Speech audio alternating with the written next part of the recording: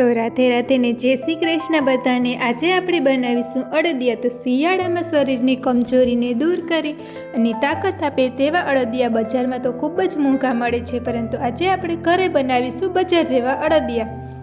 તો એના માટે આપણે પહેલાં ખાંડની ચાસણી મૂકી દઈશું। તેમાં આપણે થોડુંક પાણી ઉમેરી અને તેને આપણે હલાવતા રહીશું। જ્યાં સુધી એક તાર ન થાય ત્યાં સુધી આપણે તેને હલાવતા રહેવાનું છે। આપણે બજાર જેવા અડદિયા બનાવવા માટે 1 કિલો અડદનો લોટ, 1 કિલો ખાંડ અને 1 કિલો ઘી લેશું, એટલે બજાર જેવા જ અડદિયા બની જશે આપણા। તો જુઓ, એક તારની ચાસણી બની ગઈ છે। હવે આપણે તેને સાઈડમાં મૂકી અને ઘી ગરમ થવા માટે મૂકી દઈએ। ઘી ગરમ થઈ જાય પછી આપણે તેમાં 100 ગ્રામ ગુંદ લઈ અને તેમાં આપણે તેને તળી લેશું। બધો ગુંદ તળાઈ જાય પછી આપણે તેને એક ડીશમાં કાઢી લઈશું। હવે આપણે આ ગુંદને અધકચરો વાટી લેશું અને ગરમ ઘીમાં આપણે અડદનો લોટ નાખી દેશું। તેમાં દૂધ નાખી આ રીતે મિક્સ કરી દેશું બધો અડદનો લોટ, અને તેને આપણે જ્યાં સુધી બાજુમાં સુગંધ ન આવે ત્યાં સુધી આપણે તેને હલાવતા રહીશું।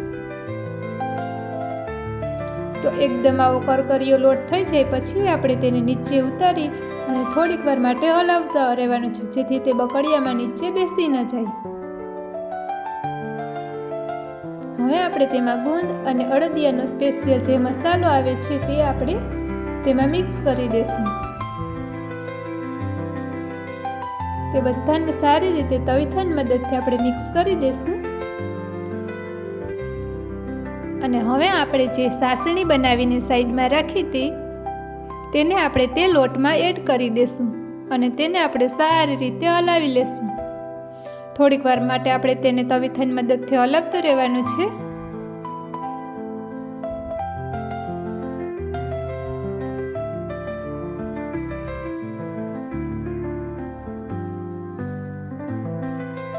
થોડીક વાર આપણે આ રીતે હલાવીશું જેથી તે દાજી ન જાય। હવે આપણે એક ચોકીમાં ઘી લગાડી દેશું અને તેમાં આપણે તે અડદિયા કાઢી લેશું। હવે આપણે તેને ચોકીમાં સારી રીતે પાથરી દેશું। હવે મેં અહીંયા થોડાક કાજુ લીધા છે,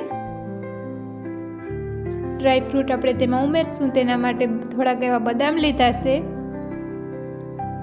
અને તે બધાનો આપણે મિક્સર જારમાં ભૂકો કરી લેશું। આપણે સાવ ભૂકો નથી કરવાનો, કચરો એવો ભૂકો કરી લેશું તેનો।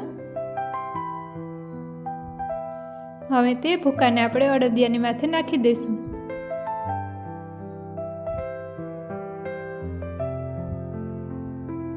બધો ભૂકો નાખી દીધા પછી આપણે તવીથાની મદદથી તેને દબાવી દઈશું જેથી તે અડદિયામાં મિક્સ થઈ જાય।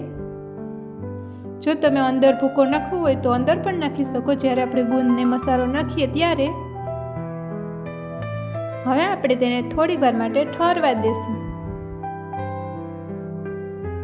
થોડા એવા ઠરી જાય એટલે આપણે તેમાં ચાકાની મદદથી આ રીતે કાપા પાડી લેશું।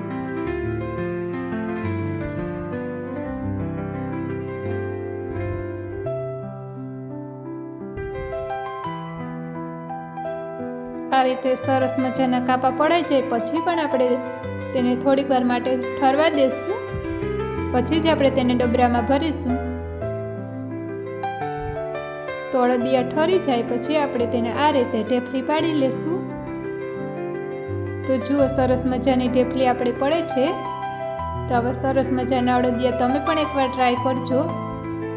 હવે આપણે તેને ડબ્બામાં ભરી લેશું।